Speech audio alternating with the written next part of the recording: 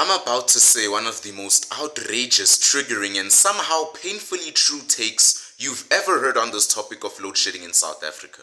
You clicked on this video thinking, alright, this dude's low-key lost his mind. How can he say something so stupid? And maybe you're right. Maybe I have lost my mind. I haven't had electricity in 5 days. Do you know what that does to a man?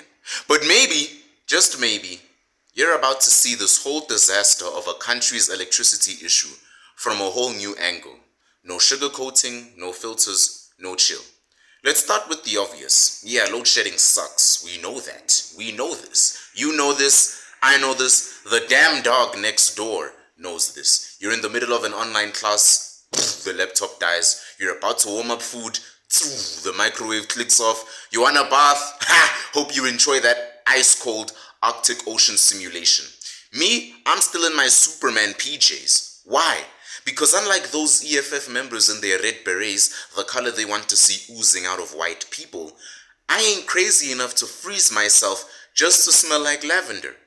It's load shedding, baby, and Easter season. I'm staying wrapped up, hood on, socks up, and vibes with body warm, alright? And don't even get me started on the impact that has on the economy. Businesses are crumbling, people are losing jobs, shops are closing, school kids have to miss studying sessions, and load shedding is a boot pressed against the neck of South Africa's productivity. But guess what? Here's the wild part. Load shedding actually might be low-key good. Yeah, I said it. Good. It could be awesome, like veggies, nasty as hell, but they build character. Hear me out before you explode in the comments. When that power goes off, you hear the TV go ting. Two things happen. Number one, people are actually forced to think, and number two, the NPCs unplug themselves. Let's start with point one. You see, in the silence of load shedding, you know, when there's no Netflix, no TikTok, no background noise drowning out your thoughts, people are forced to feel again, to think, to talk.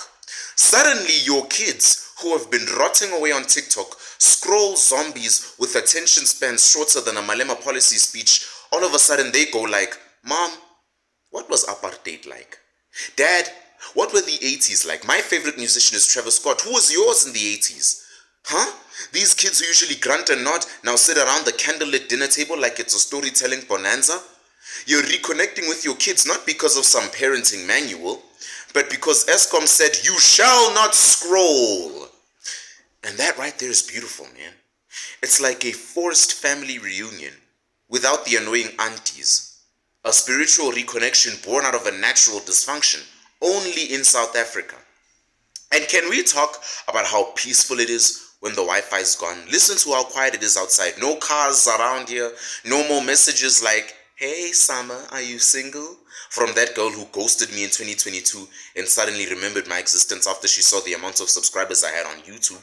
No more keyboard warriors ready to attack me the second I tweet a basic opinion.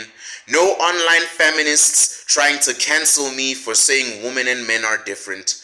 No EFF trolls threatening to find your IP address because you questioned their glorious Lord and Savior Julius Malema. It's blissful silence. And I'm here for it, to be honest. Now, this part might blow your mind. Load shedding actually improves mental health. Because when the power goes out, so does the mind-numbing distraction. And in that void, guess what sneaks back in? Real thoughts. You remember who you are now. You remember what matters. You remember you hate your 9-to-5 job and want to start a business. And maybe, just maybe, you pick up a book. Not because you're bored, but because your brain is begging you to use it again. Load shedding is like a detox, a spiritual cleanse, a forced dopamine fast. Elon Musk charges people for this level of clarity. ESCOM gives it to us for free. Now we have time with people that actually matter. Your mom's always been there, your dad too, but you never talk to them. You want to know how I know? Because you're too busy fake laughing at influencer skits online. Too busy watching reaction videos of reaction videos, reacting to content that didn't matter in the first place because they were also reacting to reaction videos. Now, you're sitting with your mom while she peels the carrots. Now you're asking her about her childhood and how apartheid was for her. You're bonding over candlelight and old stories. You're reconnecting. That's priceless. I finished an entire book in less than 24 hours the other day. It wasn't a small book either. See? You probably would have thrown that away or given it to a local library or started reading it again after 2 years or something. But me, I read it, all of it. But let's not get too romantic. Yes, there's a silver lining, of course. But don't twist it. Load shedding is still a toxic X. They might give you one good moment, but they ruin your life in every other way. Kids can't study, hospitals delay surgeries, small businesses go bankrupt, and the worst part, we're paying for it. We're paying for it, literally. You pay more electricity bills than ever before for less power. We're paying for a buffet and getting one chicken wing. So what's the real take? Load shedding exposes the broken system you and I live in. A country full of brilliance, innovation, resilience, being choked by corruption and incompetence. But in that choking, something beautiful happens. South Africans adapt. We hustle, we create, we reconnect, we even laugh at our own suffering. Yes, we got kicked at the dingalings a little once or twice, but that's power, we adapt. That's what separates us from the rest of the world. Yo, grandma knit a sweater, got ignored for a filter because her grandkid scrolling past her, brain cells starting to wither. Back in my day, she said, then got cut off by TikTok. Now she's sipping soup solo while they doing the hip rock. Dad trying to bond, son, let's fix the car together. Kid said, that's cringe, I'm watching Kaisenat for the weather. Mom's crying silently while scrolling her own feed, comparing her life to some chick with 10 kids and a nosebleed. Snapchat streaks got him thinking that's friendship. Meanwhile, Pop's in the kitchen, battling guilt trips. Dinner's ready. That word echoes out like a ghost, 'cause they all in their rooms posting quotes with no toast. Alexa raising the kids now. Google knows your mood. iPad babysitters and influencers pushing food. Family time's extinct like CDs and DVDs. We talk through screens, not over rice and peas. Remember bedtime stories and prayers before sleep? Now it's murder docs and memes before you can count sheep. We used to be dreamers, now we're all streamers. Self-worth tied to hearts from virtual schemers. Gramps got that PTSD from war he bled through. Now he just watches his lineage post thirst traps for a view. He fought for freedom, now we trapped by a phone. Lost in the web, feeling more alone than alone. Yeah, the internet gave us info in a blink, but it also taught your little sis how to twerk in a sink. AI writing essays kids don't even read. They're too busy trying to trend by starving themselves for speed. And I'm guilty too, man. I'm not gonna pretend. Sometimes I refresh more than I can call a friend. We all got caught in the matrix, the maze, where LOLs and likes are just modern day praise. Maybe we were better when the lights were slow.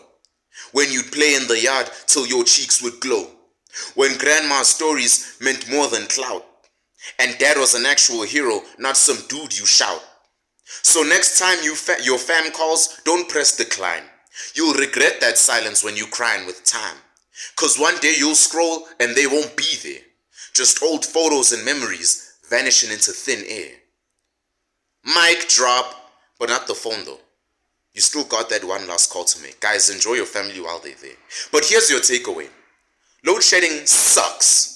Okay, no debate there. But sometimes, the light in the darkness isn't from the candle on your table. It's from the fire that sparks inside your mind. So yeah, is load shedding a good thing? No. But is it making you better? Maybe. You know what's funny? The moment the lights come back on, everyone cheers. Yeah, okay, so everyone's excited. They jump on Wi-Fi like it's some celebration. Back to binge watching garbage, back to TikTok brain rot, back to doing twerking ceiling challenges aimlessly for hours. But me, I sit there for a second and I actually miss the silence. I miss the darkness. Because when the power was off, no distractions, no noise, no digital war zone, it was just me, my thoughts in real time. I got more thinking done in one blackout than most people do in an entire week with electricity. I wrote, I strategized, I sharpened my mind, I wrote more bars for you. No girls with fake, hey summer, messages sliding in just because they saw one clip of me go viral. No clowns arguing online, no influencer pushing another useless product none of us are gonna use. And the world slowed down. You start seeing what matters. Your family talks to you more. you can actually hear yourself think, that blackout, that was peace disguised as a problem. So yeah, when the lights come back on, the noise returns too. And I sit there for a second and I think, you know what? Maybe I was better off in the dark.